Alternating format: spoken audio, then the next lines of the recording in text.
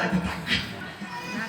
ওরা লেঙ্গা হইয়া ওরা চা খাবে আর আপনি আপনার গতিতে চলবেন। গৌর হরি বল। এই জন্য সাধুগুরু বৈষ্ণবকে বলেছে তুমি হাতি হও, কারণ তোমাকে মানুষ আঙ্গুল দেখিয়ে কিছু বলতে পারে, তুমি গায়ে লাগিও না আর উত্তরটাও দিও না। গৌর হরি বল। হাতির মতো হয়ে যাও। তাহলে কৃষ্ণ ভক্ত তো হাতি, তাই এখানে প্রতিবাদ করে না। মায়েরা কথাটা বুঝতে পেরেছেন। যদি আপনাদের শাশুড়ি না এরকম একটা কিছু হয়ে যায়, কড়াকড়ি করতে থাকে, আপনি কখনো তা আপনার শাশুড়িকে কটু ভাষা উচ্চারণ করে গালি দিবেন না, প্রতিবাদ করবেন না। আপনি নীরবে নিস্তব্ধে এগুলো সহ্য করতে থাকুন, দেখবেন একদিন শাশুড়ি নিজেই ঠিক হয়ে যাবে। গৌর হরি বল। এগুলো ভক্তের স্বভাব। এইভাবে যখন কালিন্দিনী যমুনার ধারে গিয়েছে আর রাধারানী শ্রীকৃষ্ণের সামনে দাঁড়িয়ে নয়নে জলে ভাসিতেছে, আমার আজকের পরে তো আর তোমাকে সেবা দেওয়া সম্ভব নয়। যদি কালকে বলে হে বৌমা তুমি হা করে দাও, কারণ সবকিছু যখন জানতেছে এটাও তো জানবে নাকি। তাহলে এখানে একটা প্রশ্ন আসতে পারে যে নারদমণি যে তালটা লাগাচ্ছে, তাহলে কি নারদমণির কোনো পাপ হয়েছে, দোষ হয়েছে? শাস্ত্রে বলছে হয়নি। মানে এইভাবে তাল লাগাচ্ছে তাও করে পাপ হচ্ছে না। তার কারণ হলো এই একটা ভজন তত্ত্ব এখানে শিক্ষা লাভ হচ্ছে। এটা কৃষ্ণ ভক্তের শিখতে হবে যে এত বাধার পরেও কি করে ভগবানের সেবা দেওয়া সম্ভব। এখানে নারদমণি এই তত্ত্বটাকে এই জগতে প্রচার করছে যে একটা বাধা আসলে আপনি বচন ছেড়ে দিয়ে বসে থাকবেন যে সেবা আর দিব না। না, অনেক বাধা বিপত্তি আপনার আসবে, কিন্তু এগুলো অতিক্রম করার পন্থা কি, এই পন্থাটা এখানে শিক্ষা দেওয়া হচ্ছে। ওই হরি কাঁদছে, আমার শ্রীকৃষ্ণ বলছে হে রাধে আমি তোমার মনের ব্যথা বুঝতে পেরেছি, তুমি কোনো চিন্তা করো না, তোমার সেবা কোনোদিন বন্ধ হবে না।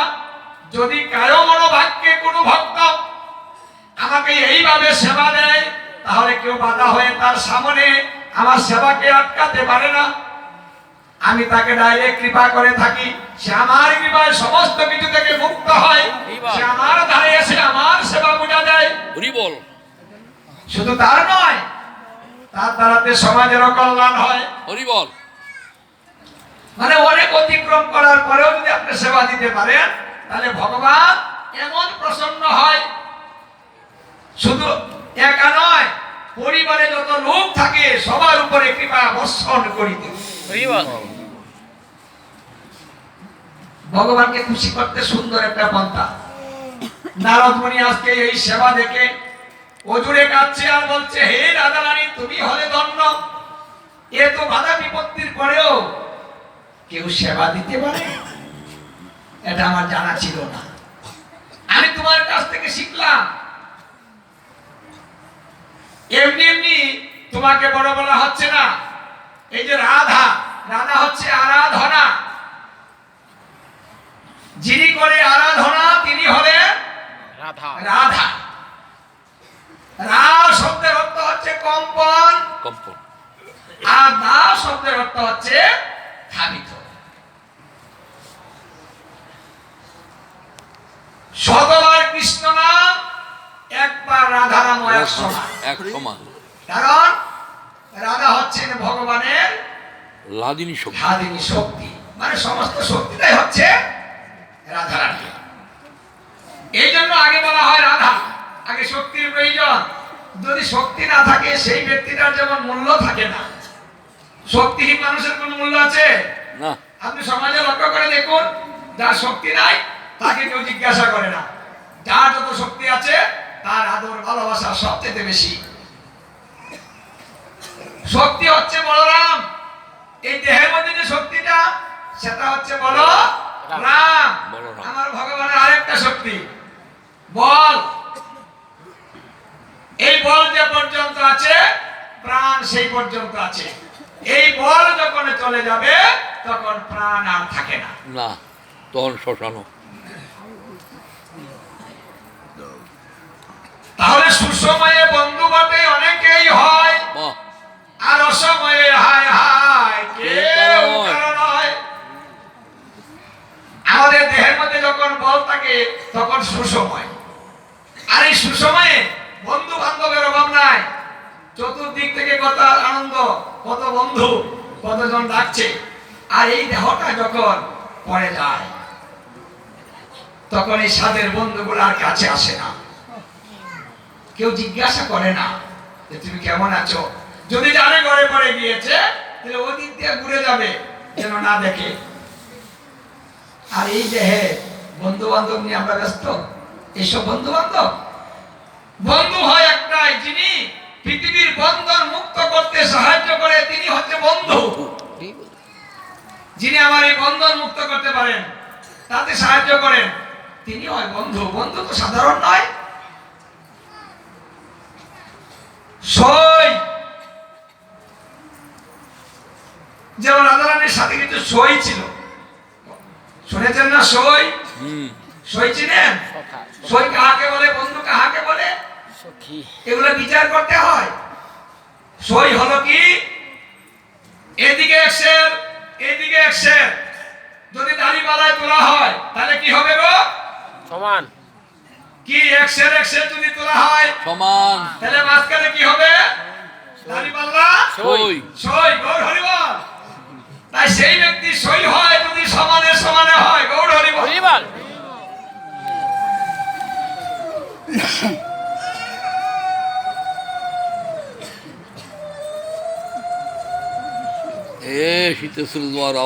এই জন্য ভাগবতের সপ্তম স্কন্ধে বলেছে যে মানুষ বুঝে একদিন, যেদিন তাকে কেউ ভালোবাসে না, যেদিন মানুষের সঙ্গে মানুষ কুকুরের মতো আচরণ করে, ভালোবেসে কিছু দেয় না, সেই দিন আমার ভগবানকে চেনে, এর আগে নয়।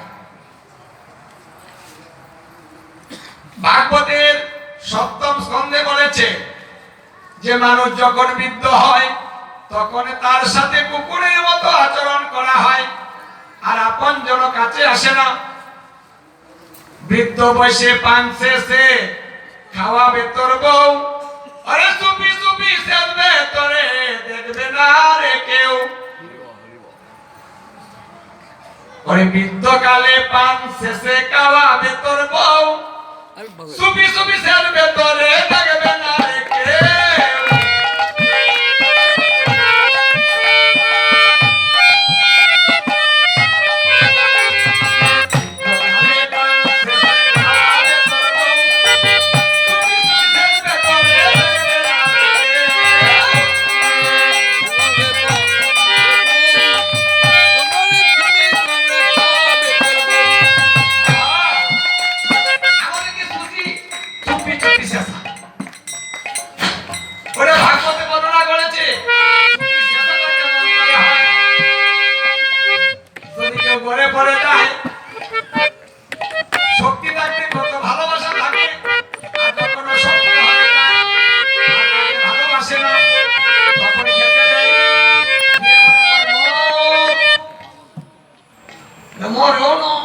মরেও না, বাচ্চা বাচ্চা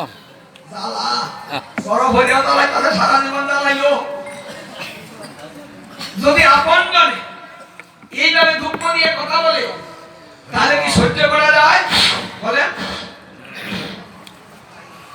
আপন জনে যদি কথা বলে যে সারা জীবন ওর জন্য আমি কি করেছি, কিছু বলার সঙ্গে সঙ্গে দৌড়ে গিয়ে এনে দিয়েছি, ওটা লাগবে কি না করেছি, আজকে সে আমাকে এই কথাটা বলতে পারলো, তখন কিন্তু একটা চেঁচাটা হবে, কেউ শুনবে না, ধীরে ধীরে বলে চুপ করে।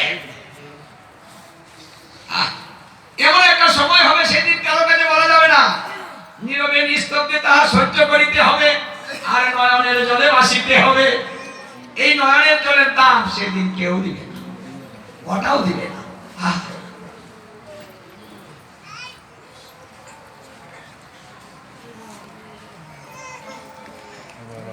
যাকে নিয়ে সারা জীবন এত কিছু করলাম, আজকে আমাকে এইভাবে কথা বললো। হরিবল হরিবল। যে গানে বলে না, ঘরে পরে মানুষে দুঃখ দিলে দুঃখ মনে হয় না,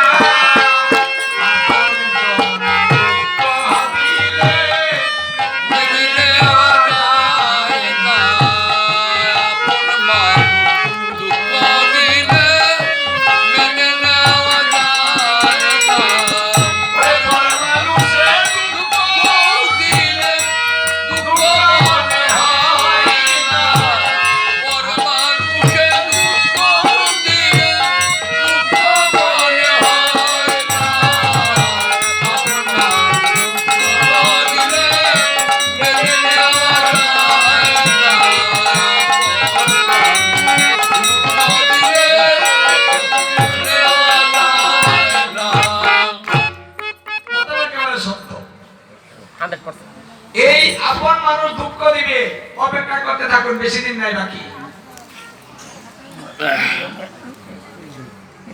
এই এমন একটা দিন চলে আসতেছে সামনে আমাদের, চিন্তা করে দেখুন। হরিবল হরিবল হরিবল। ছেলে বড় হয়েছে, ছেলে বাবাকে মূল্য দিবে না, বলবে হে বুড়া তুমি চুপ করে থাকো, কথা বলবা না। বাহ, মূল্য নাই, কারণ শক্তি না থাকলে মূল্য থাকবে না। শক্তি আছে, মূল্য আছে।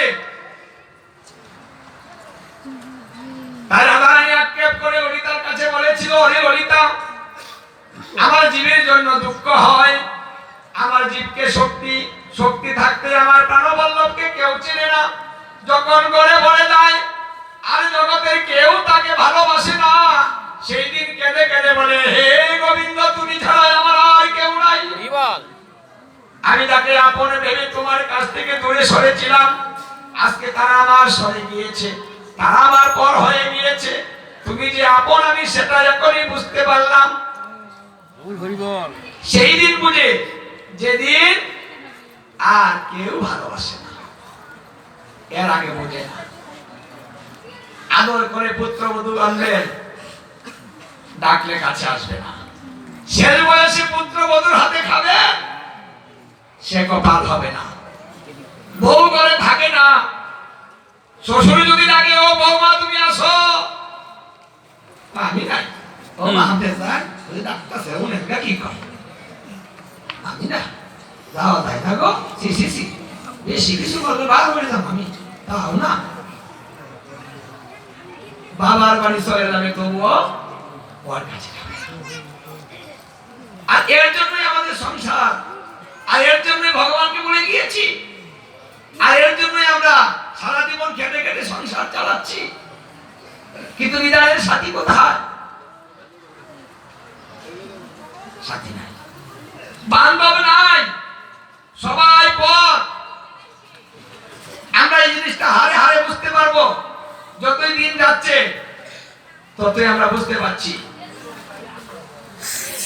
যারা সংসার করিতে করিতে এখন ক্লান্ত হয়ে গিয়েছে, শেষ বয়সে এসে একটু শান্তিতে থাকবেন, কতটুকু শান্তি দিচ্ছে সংসার,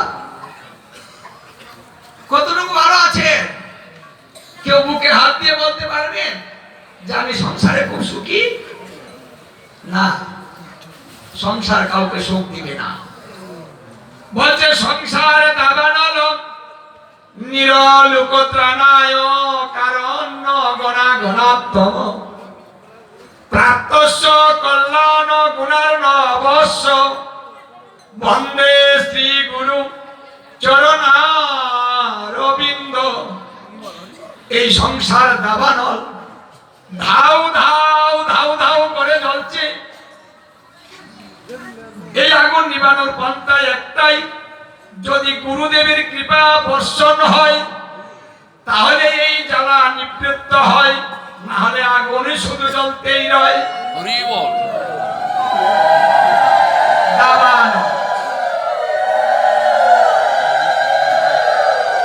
তাই সংসারের মধ্যে থেকে যারা সুখ চায় তারা হচ্ছে বোকা, কারণ আগুনে কাউকে সুখ দেয় না। ওর ধর্ম হচ্ছে জ্বালানো পোড়ানো।